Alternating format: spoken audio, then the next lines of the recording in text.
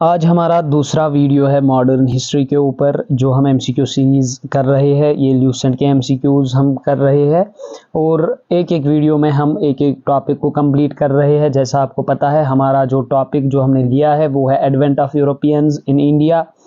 पहला जो है उसमें हमने पढ़ा था पुर्तगीज़ के बारे में कि वो 1498 को यहाँ आ गए थे, फिर उन्होंने अपनी पहली फैक्ट्री जो है वो 1503 को सेटअप की थी।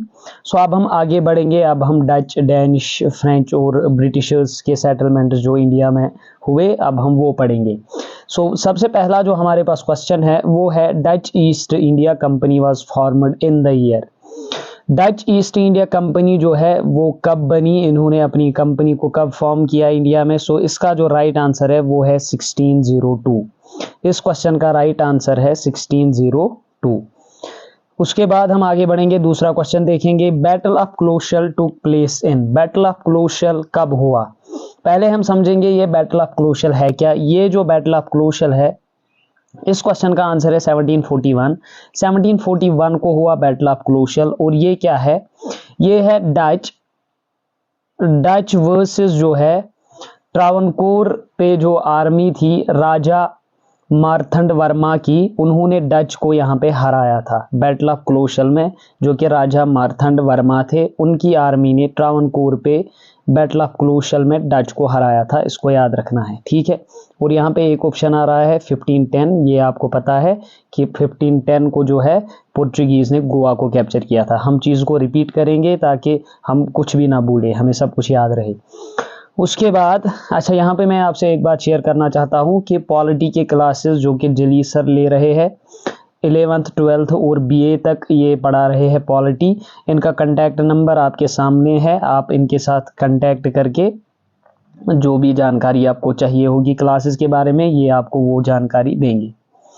उसके बाद हमारा जो क्वेश्चन है, in 1596 who was the first Dutch citizen to visit India.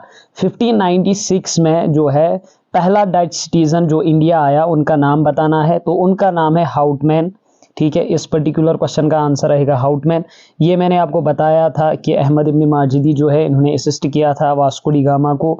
और यहाँ पे एक और ऑप्शन है बोसा। ये जो है बोसा, ये कौन थे, ये थे governor of Goa at the time of independence. यानी जब गोवा आज़ाद हुआ 1961 को, जब इंडिया के साथ मिला, उस टाइम पे जो गवर्नर थे गोवा के, उनका नाम था बोसा, ठीक है। सो इस पर्टिकुलर क्वेश्चन का आंसर नहीं बोलना है कि डच सिटीजन जो पहले इंडिया आए उनका नाम था हाउटमैन। एक और क्वेश्चन देखते हैं आप।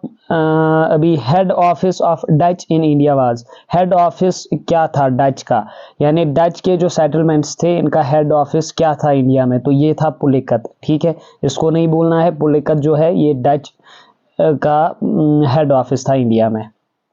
एक और क्वेश्चन हम देखेंगे, विच of the following mark the decline of Dutch in India. Dutch का जो डिक्लाइन हुआ इंडिया में, ये किससे हुआ, ठीक है। आपके सामने ऑप्शंस है, बैटल ऑफ चंसोरा, battle of Plassey, battle of Wandiwash या नन ऑफ दीज। सो इस पर्टिकुलर क्वेश्चन का आंसर है बैटल ऑफ चंसोरा। इसी को आप बोलते हो बैटल ऑफ बदीरा, ठीक है। ये जो हुआ है, ये हुआ है 1759 को। 1759 को जो है, इस बैटल के बाद जो है डच पावर बिल्कुल आप मानो खत्म हो गया था इंडिया में, ठीक है। और इस बैटल को और एक नाम से जानते हैं, बैटल ऑफ बदीरा। चीज़ों को भूलना नहीं है, याद रख के आगे बढ़ेंगे। एक और क्वेश्चन है, which was the first European country to leave India. सबसे पहले इंडिया को लीव करने वाले कौन थे। यानी जैसे आपको पता है कि पहले पुर्तगीज आए, डच आए, डैनिश, ब्रिटिशर्स, फ्रेंच, इनमें से जो है सबसे पहले इंडिया को लीव करने वाले कौन थे। सो सबसे पहले इंडिया छोड़ा डच लोगों ने, जो अभी मैंने आपको बताया कि 1759 के बाद इनका पावर तो बिल्कुल खत्म ही हुआ था और they were the first to leave India, ठीक है। इसको याद रखना है, आप ऐसा डेट के लिए आप याद रख सकते हो। इट्स अराउंड 1824 के अराउंड इन्होंने इंडिया को छोड़ा। सो एक और क्वेश्चन हमारे पास है अब, head office of Danish in India. अब हम जो डच सेटलमेंट्स थे उसको हमने कंप्लीट किया, अब हम आगे बढ़े। तो यहाँ पे एक दो बातें मैं आपको बोलना चाहूँगा कि डच पीपल जो है ना, ये आए थे हॉलैंड से, ठीक है। हॉलैंड से आए थे या नीदरलैंड्स के भी कुछ थे, ये आए थे इंडिया, इन दो जगहों से, इसको आप याद रखना। उसके बाद अब जो हमारा क्वेश्चन है head office of Danish in India, Danish का जो हेड ऑफिस था इंडिया में वो क्या था। सो डैनिश पीपल आप पहले याद रखो, ये वो लोग थे जो डेनमार्क से आए थे। कहां से आए थे? डेनमार्क से, ठीक है। ये डेनमार्क से आए थे डैनिश पीपल, और इनका जो हेड ऑफिस इंडिया में था वो था सिरमपुर, ठीक है। सिरमपुर इनका हेड ऑफिस था इंडिया में, यहाँ पे इनके सेटलमेंट्स थे। उसके बाद Danish established their trading centre in India in the year. So Danish जो है इन्होंने कब अपने ट्रेडिंग सेंटर्स को एस्टैब्लिश किया इंडिया में? इन्होंने अपने ट्रेडिंग सेंटर्स को एस्टैब्लिश किया 1620 में। 1620 याद रखना है, 1620 को डेनिश पीपल ने एस्टैब्लिश किया अपने ट्रेडिंग सेंटर्स को, और 1602, ठीक है।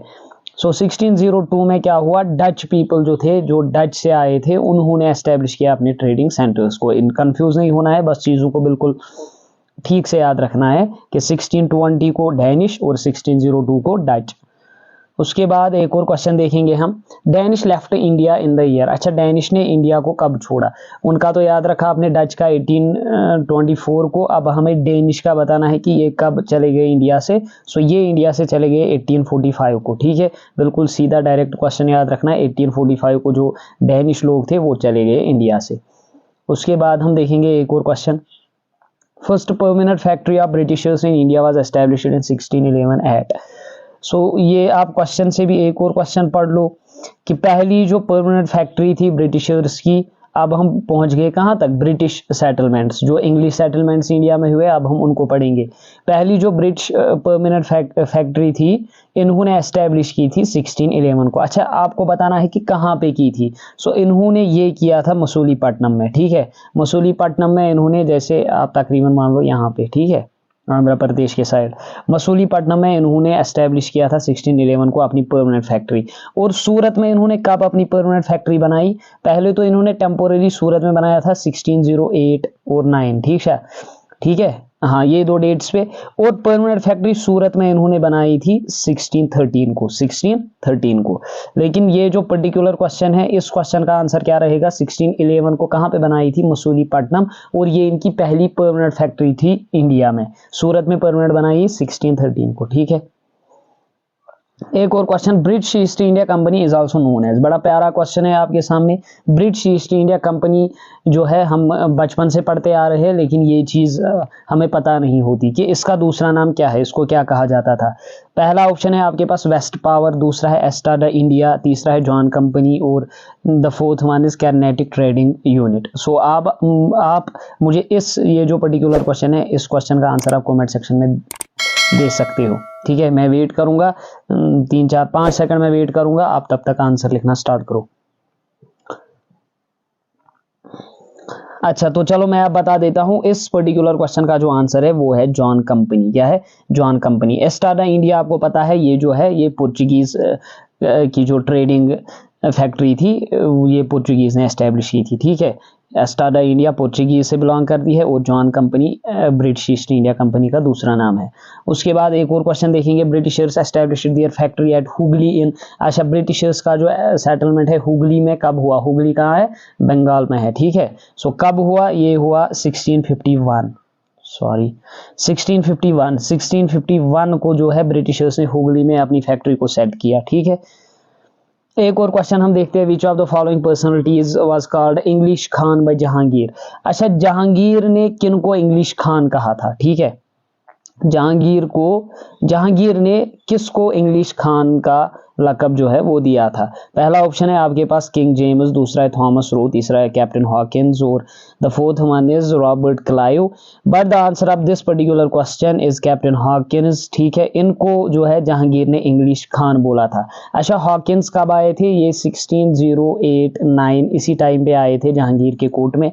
और थॉमस रो जो है ये कब आए थे?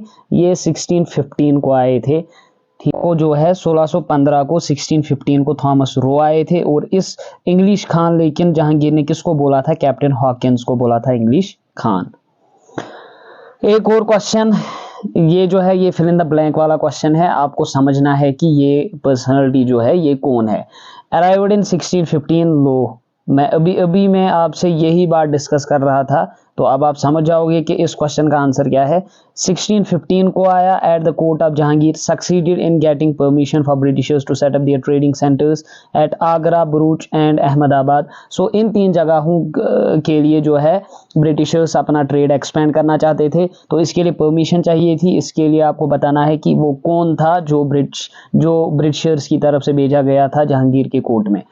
सो इसका आंसर आप कमेंट सेक्शन में लिखिए, ठीक है। एक और question, the clash of trade between French and English. अब हम पहुंच गए हैं फ्रेंच जो है फ्रेंच सेटलमेंट्स पे। Clash of trade between French and English led to a series of wars called. जो फ्रेंच और इंग्लिश के दरमियान, देखो मैंने पहले दिन भी आपको ये बोला था कि यूरोप से जो है वेस्ट से लोग आए थे इंडिया में, वेस्ट से लोग यहाँ से लोग आए थे यहाँ से इंडिया में, ठीक है। सो धीरे धीरे इन्होंने ट्रेड करना स्टार्ट किया और फिर अपना पावर जो है वो एस्टेब्लिश किया इंडिया में। लेकिन अब जो है अब एक ही नहीं आया था ना यूरोप से बहुत सारी कंपनीज आई थी। जैसे पहले आपने देखा कि पुर्तगीज आए, डेनिश आए, डच वगैरह, ये सारे आ गए।